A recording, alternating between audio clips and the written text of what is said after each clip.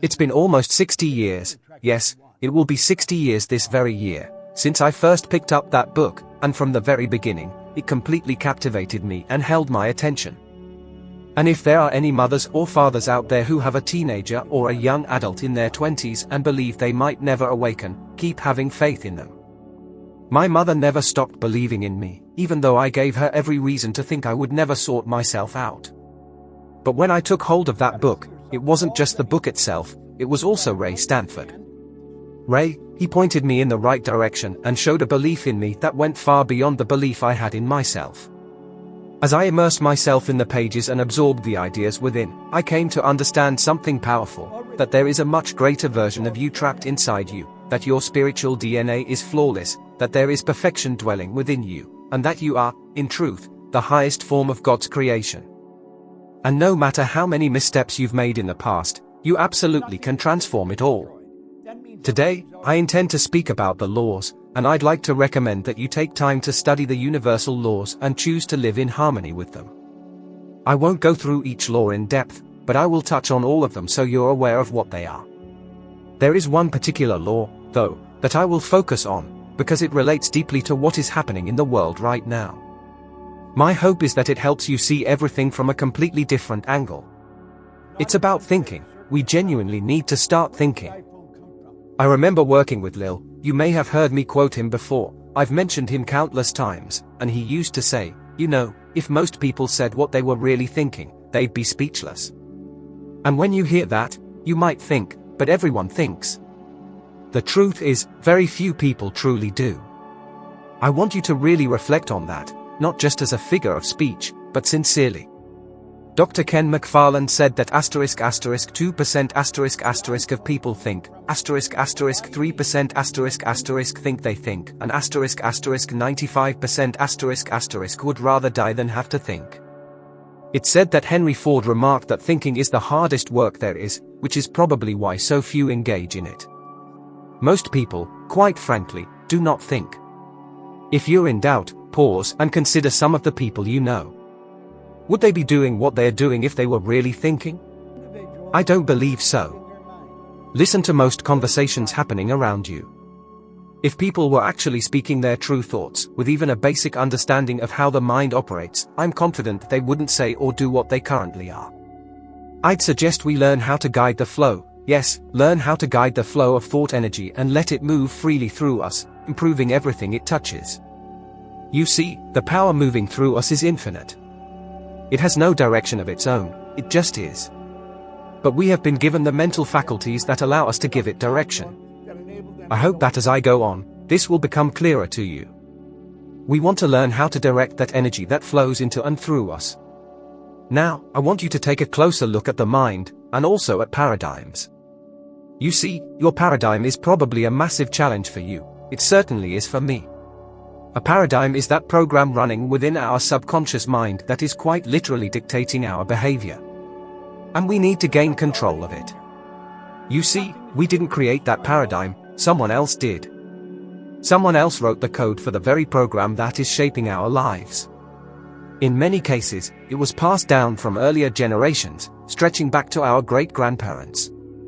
Now, when you stop and think about the way we live today, I remember my great-grandmother and great-grandfather. Grandma and Grandpa Graham were kind souls, and I was just a small child when I used to visit them. All my grandparents were alive at the same time while I was here, and when I think about the things they would witness today, I believe they'd be shocked. They'd probably think they'd landed on an entirely different planet if they were still alive. So much of their thinking is now programmed into our minds. So take a close look at your own mind, and observe your paradigms. No one knows what the mind looks like, no one alive has ever seen it. What we do see are the expressions of the mind, the manifestations of it. The mind itself is movement, the body is the manifestation of that movement. This lectern here, which you can't see due to the slide, is a material thing, but at one point, it was nothing more than energy in thought form. This book, too, was once purely thought energy, until it was turned into a physical book. The studio I'm in now, at one time, was simply thought energy, but today, it is a fully realized studio. When I began this journey, I started studying the mind. Hal talked about the mind here, discussed the subconscious, and I read all sorts of books on the topic, many books. But it was as though the ideas were scattered in all directions, and I couldn't piece them together properly. I didn't truly understand until I came across the diagram I'm going to show you here. Val Vanderwell showed it to me, he gave it to me, and, well, it changed my life completely.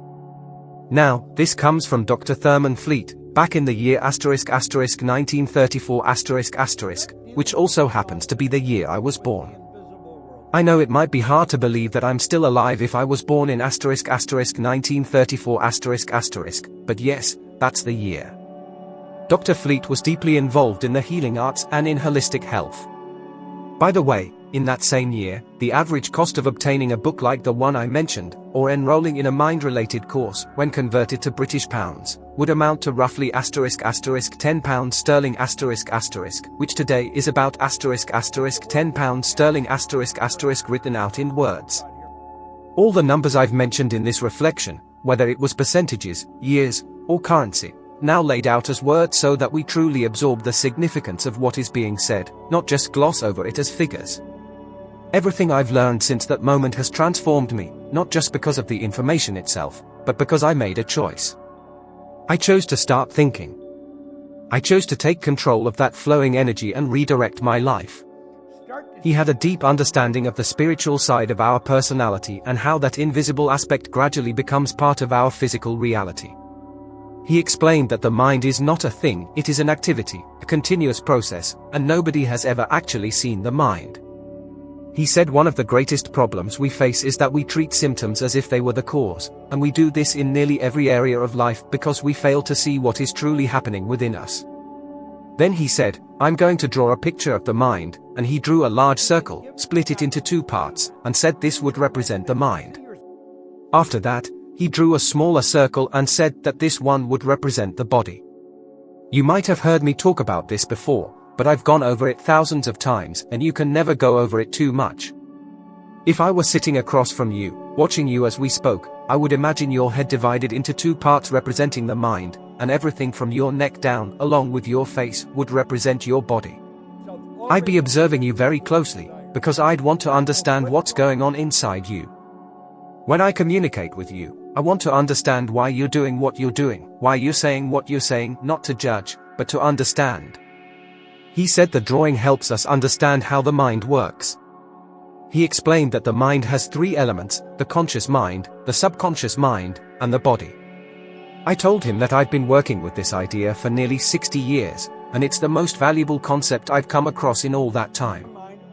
The Austrian psychologist Alfred Adler once said, "Be grateful to the idea that used you well," and I truly am. I'm deeply grateful for this idea. Now let's look at how it functions. This is the foundation for everything I want to share with you today. The conscious mind is the part of you that thinks, the part that can analyze, reason, and choose. We all have this ability, but sadly, most of us never learn how to use it. It's not taught in school. We're given facts, but not instruction in how to properly use our own mind. The conscious mind is what's often called the educated mind, the part that formal schooling focuses on. That's where the intellect resides. The subconscious mind, on the other hand, is the emotional mind. At this point in his talk, there was a technical issue, the slide had been enlarged too much, and the text formatting was distorted. He asked the team to return the slide to its original size. Nevertheless, he continued explaining. He said the subconscious mind cannot reject information. It has no filtering system, it accepts whatever you give it. That's an essential point, the subconscious cannot tell the difference between what is real and what is imagined.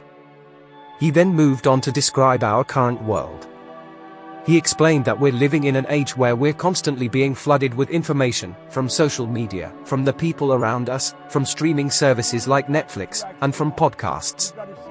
We have the ability to choose what we think about, but we don't always use it wisely. When this information enters our consciousness, we should ask ourselves, do I really want to spend time thinking about this? Much of the information we receive is negative.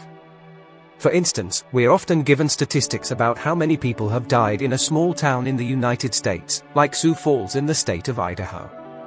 Should I really care about that? Should I ignore it? The point isn't to be indifferent, but I shouldn't focus on it. If something is happening out there that I can't control, and it's harmful or negative, then I shouldn't allow it to dominate my thinking. Yet, that's what many of us do. We keep our minds wide open, allowing this information to flow straight into our emotional mind, the subconscious, which absorbs it entirely and sends it to every cell in our body. Why do we let this happen? Because we've been programmed to. Literally. We have been conditioned. That's what we call a paradigm. How did this paradigm form? Think of yourself as a baby. Everything that happened around you went straight into your subconscious mind, with no filter, no reasoning. That's how these deeply rooted thought patterns were built, and those are what now govern much of our adult behavior. And if we were to estimate the value of that 60 years of accumulated understanding and experience in terms of British pounds, it would be approximately £2 million sterling, written out in words, £2 million sterling. Look, a paradigm is a multitude of habits that are deeply embedded in our subconscious mind. And you know, I have this sense, this intuition, that many people are saying, Bob, you simply can't ignore what's going on in the world. And they are right, you can't. And I'm not saying I am. But what I am trying to say is that, you know, all the great leaders throughout history have told us, we become what we think about. When you emotionally attach yourself to information like this, and stay emotionally involved in it, it begins to manifest as physical problems. First, it shows up as mental disturbance, and then those mental issues express themselves through the body. We've been conditioned to allow the outside world to control us. But every great leader, religious leaders included, has told us that we should live from the inside out. Yet, we don't. We let the outside govern the inside, and that's truly unfortunate. That's what a paradigm is, a collection of habits. A whole set of behaviors programmed into our subconscious, and these are what govern our habitual actions. The vast majority of our actions are habitual. It's a bit sad, yes, but that's how it is. Now, let's take a moment to reflect. Let's have a look at the natural laws of the universe. I'll touch on them briefly, and then we'll come back and focus on one. You can study this in any way you like. But in essence, there is only one great law, God is. And there are two reference points we can rely on, science and theology. Once upon a time, people believed that science and theology were at odds. But the truth is, they are not. In fact, they are very compatible. Dr. Wernher von Braun once said that the laws of the universe are so precise that we have no trouble building spacecraft. We can send people to the moon and time the landing to within a fraction of a second. He said these laws must have been set by someone, and after studying the majestic mysteries of the universe, he came to a deep belief in the existence of God. So, we're speaking about energy, or God, it just is. It's not positive, it's not negative. As it flows into our awareness, it simply is. That's the great law. Then there are the subsidiary laws that accompany it. One of them is the law of perpetual transmutation. What does that mean? It means that spirit or energy is always in motion, always flowing into form. If you look up on a clear day, you might see clouds forming. And if you stand there long enough, you may witness those clouds turning into rain. Andrew Carnegie said, any idea that is held in the mind, whether it is feared or revered, will begin at once to clothe itself in the most convenient and appropriate form available. All the great leaders in history have agreed that we become what we think about. So what are you thinking about right now? That's what's moving into form in your life. Then we have the law of relativity. Nothing is big or small, except in comparison to something else. The room I'm in isn't big or small, it just is. If I compare it to a cupboard, it's quite large. But if I compare it to a grand ballroom in a 5-star hotel, then it's very small. Everything is relative. Nothing is good or bad, unless our thoughts make it so. Next is the law of polarity. I'll go through this one quickly because we're going to focus on it later. Then we've got the law of rhythm. Everything moves in and out, up and down. The tide comes in and the tide goes out. Night follows day. Leaves grow on trees and fall from them. That's the rhythm of life. And you've got your own biorhythms. You'll have days when you're mentally, emotionally, and spiritually high, and others when you're low and tired. That's natural. This law affects every area of life. The law of rhythm is real, and we need to understand it. Then there is the law of gender. This law states that every seed has a gestation or incubation period. There's a certain span of time that must pass before the seed comes into form. And it also teaches that there must be both a masculine and feminine component in everything for anything to be created. Both must be present, and both are essential to existence. Now, keep thinking. I really want you to focus on what I'm saying. We're talking now about the law of cause and effect. This law is very, very important. Ralph Waldo Emerson called it the law of laws. For every cause there is an effect, and for every effect there is a cause. It's a continuous chain. The image in your mind is the cause. The result you're getting in your life, that's the effect. That's why James Allen said, "We think in secret, and it comes to pass." Our environment is but our looking glass. Now, let's return to the law of polarity. The law of polarity is a truly fascinating concept, one that invites deep reflection. Let's explore it from this point of view. There is a power flowing into your consciousness, and you have the ability to turn it into something positive or negative. Now, understand this, when that power enters, it takes the form of thought. You have the capacity to think and to shape that energy into whatever you wish. But your current paradigm, your mental blueprint, may be dictating what you think, and it may be controlling how you perceive what is happening around you. Yet as this power flows, you are either doing the thinking yourself, or you are allowing someone else's thoughts to govern what happens in your mind. Now, let's pause and take a closer look. We can see this power. And here is a simple yet effective 3-step strategy for staying in control of your life, regardless of your circumstances. If you look towards the bottom of the text, the print may be quite small, so it might be hard to read. This method was taught to me by Dr. Bernard Beckwith. He was a dear friend of mine, and he gave me this process. I have used it many times. It is a 3-step approach to help you maintain control over your life, no matter what's going on. There is a lot happening right now, both in your life and mine. So, let's use a line to represent any situation that might arise. This line symbolizes any circumstance you could face. According to the law of polarity, everything has both a good and a bad side. In truth, it is neither good nor bad, it simply is star. So, let's keep thinking. Consider the plus sign as representing good, and the minus sign as representing bad. That way, we understand that both good and bad are always present, side by side. Everything that has ever happened fits into one category or the other. But the truth is, it simply is star. Nothing is inherently good or bad, only our thinking makes it so. Now stay with me. If something is just a little bad, then mentally moving to the other side reveals it is also a little good. Do you see? If it's only a minor issue, it's going to be relatively easy to resolve, and the opportunity on the other side will be modest. But if the problem is significant, the opportunity is just as great. Real entrepreneurs always search for big problems to solve, because a big problem means a big opportunity. It's the polar opposite of the same thing, and it must exist that way. Stay with me for a moment. When anything happens, here is the 3-step process to follow. Step 1, it is what it is accept it. Either you control it, or it controls you.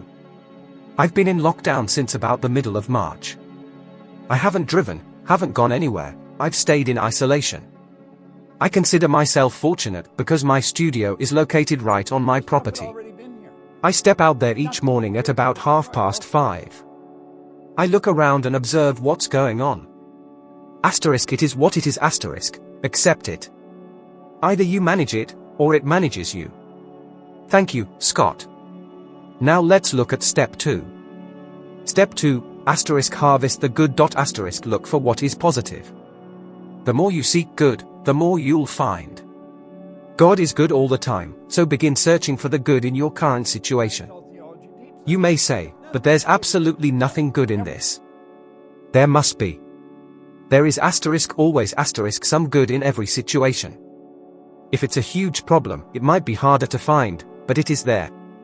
Step 3, forgive the rest. Forgiveness means to completely let go, to release it fully, to move on. And when you do, the good will begin to grow. Now stay with me. With those thoughts in mind, I want you to go through a mental exercise I'm going to show you now. There is power flowing. We're operating through consciousness. There is a problem out there for each and every one of us. No matter where you live, there's a challenge waiting. So what can you do? You can protect yourself to the best of your ability. That's what I'm doing. That's why I'm in isolation. I haven't gone to the shops, haven't gone anywhere. I go from the house to the studio and back again, and that's a distance of about 15 meters. You see, that doesn't mean I'm ignoring the problem, I'm leaving it to those who are responsible for dealing with it. I trust them. What I want to do is stay focused on what's good, on what I can do, on how I can help. And I've been gathering these thoughts to show you that you can do the same. You can start right now. As this power flows into you, you are able to think, and think about anything you choose. But if you misuse it, you'll run into trouble. What we're talking about here is taking control of the flow of thought energy. We want it to move freely in and through us. Now you have a choice, you can look to the left, to the negative, or to the right, to the positive. But it is your choice. It's a decision you make in this very moment. To the left is what we call ignorance. To the right is knowledge. Anything we don't understand, we tend to criticize or mock. Let's aim instead to understand. Let's really seek understanding. When this power flows into you, you have two options, you can understand and take control, or you can let the problem control you. Now, if you allow the problem to take control of you, if you read everything that's written in the newspaper and listen to everything you hear in the news, you're very likely to end up worrying, and it's also quite likely that you'll begin to doubt. What shall we do? What's the answer? Many people are currently facing financial difficulties. I imagine most people working in restaurants are, and many families as well. But that doesn't mean we should give in to worry and doubt. There is an answer. I'm going to show you what happens when you remain stuck in that state of polarity. You take a power that flows and has no form, it is creative energy, pure, untainted spirit. This energy flows into our awareness, and we build a negative idea with it, which we then deliver to our emotional mind.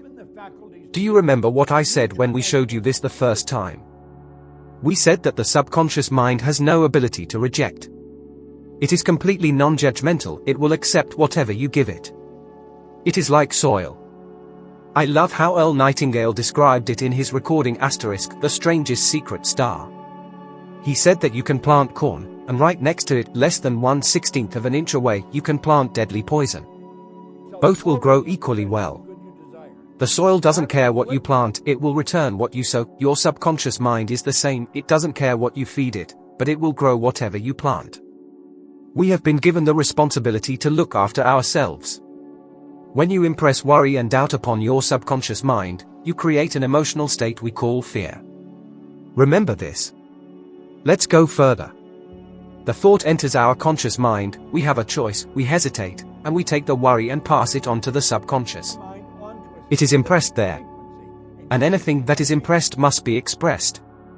That expression comes out as anxiety. But we don't speak that anxiety. Do you know what we do with it? We suppress it. We bottle it up inside us. And when you bottle up anxiety in your system, let me tell you, your body will begin to suffer. The body wasn't designed to hold on to that for any length of time, it simply can't. Suppression then turns into depression if you keep it inside. That's how depression starts. Depression produces a physical condition known as illness, which means the body is out of balance. An illness, naturally, leads to disintegration. So why would someone do this to themselves? Let's go right to the root of the issue, ignorance. Ignorance of the mind, ignorance of the self. Since the year 1968, I have studied and taught this every day. I've been studying it since the year 1961, but in the year 1968, I became so absorbed in it that I knew I had to work with Earl Nightingale. I just had to. I had been studying his material for years, and it really captivated me. I was listening to Earl again today, and he was talking about how, when you start in a business, you struggle until the business gets into you. And once that happens, the struggle stops. This business is within me, it's happening in my mind all the time. I've been working on this for years. Stay with me here. Faith based on understanding is the key to freedom based on understanding. Let's take a look. What is the opposite of worry? It's not denial, it's understanding. And how do you get understanding? There is only one way, and that is what we are doing now, studying. Studying is the only path to understanding. King Solomon, a very wise man, said, "With all you're getting, get understanding." Let's understand what's going on. Let's understand what happens to us when we focus on things as negative as what's going on in the world today. That doesn't mean we ignore it. It doesn't mean we pretend it isn't there, that would be foolish. Of course it's there. But if we cannot change it, what can we change? Only ourselves. In truth, the only corner of the universe you can truly change is yourself. So we must take care of ourselves. Understanding leads to faith, and faith is the polar opposite of fear. Think about it, both faith and fear require you to believe in something you cannot see. You have to believe that there is a power within you, and if you use your God-given faculties, those that set you apart from the rest of the animal kingdom, you can keep yourself in very good condition. That understanding and that faith have kept me going for 86 years, and I believe it will continue to sustain me. Faith manifests in what we call well-being. On the physical level, remember what I said, suppressed anxiety is not suppressed well-being. Well-being is always expressed. And when you express it, when you are in a good place, what happens? It speeds up. It grows. Why? Because you are in a creative state. You are at ease. We say, let it flow freely to and through you, because you are relaxed, and in that state, you are creating. We want to create more good in our lives, that is what we truly want. Now we have a choice, we can go this way or that way. That is our decision. Some people don't even know they have a choice.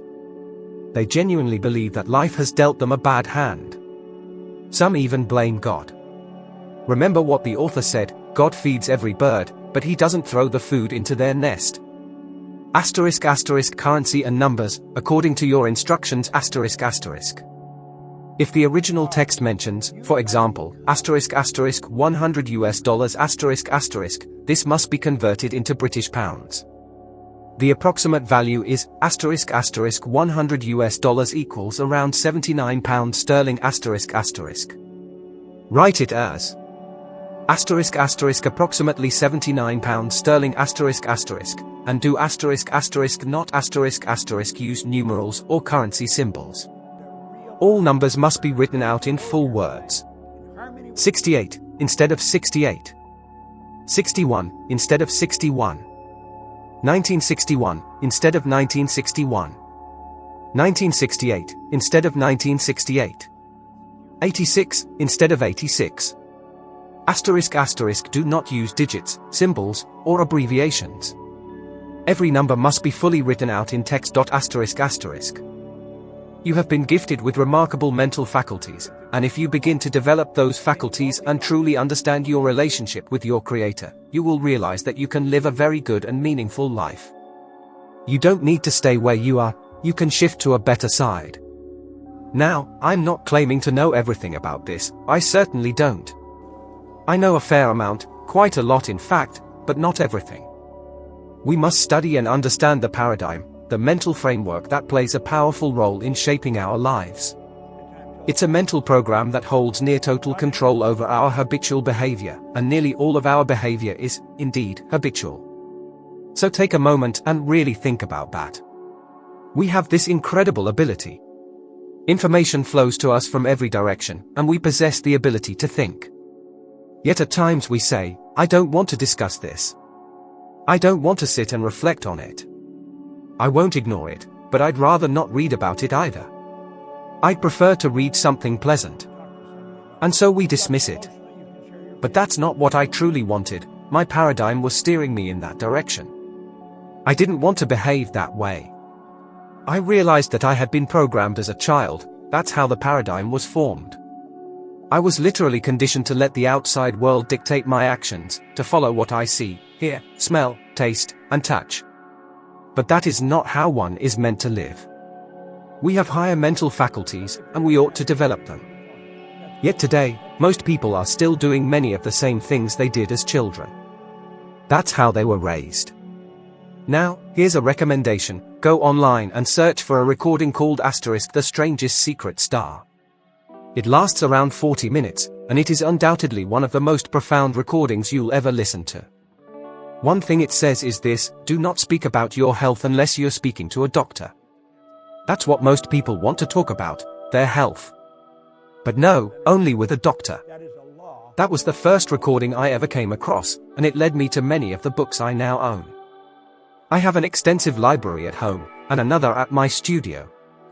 I've connected with people all over the world. I work with individuals who are truly in tune with this material. Now hear me clearly: you have phenomenal power within you. You have the ability to create the life you truly desire. You can shape a life that is in alignment with your deepest wishes. How do you want to live? Take a pen and write down precisely what you want to happen to you. How do you wish to think? What do you want to feel within yourself? You can start now. I am especially fond of a quote from Buckminster Fuller. He said, "You never change things by fighting the existing reality. To change something, build a new model that makes the existing model obsolete." It's absolutely true. It's time to decide. That's what it comes down to. Make a decision, a committed decision about what you will do with the rest of your life. I've discovered that if you bring discipline into your life, and by that I mean the ability to give yourself an instruction and then carry it out, everything starts to shift. This morning, I was up by 5:30, exercising and writing with my left hand. After that, I began to study, and I mean studying something of substance. If you cultivate discipline in your studies, you will place yourself in an excellent position. We are limited only by the weakness of our attention and the poverty of our imagination. That's the only real constraint. So direct your attention to something that will move you forward. And thank you for your attention. Now, decide immediately. Never again will you say, "I struggle to concentrate."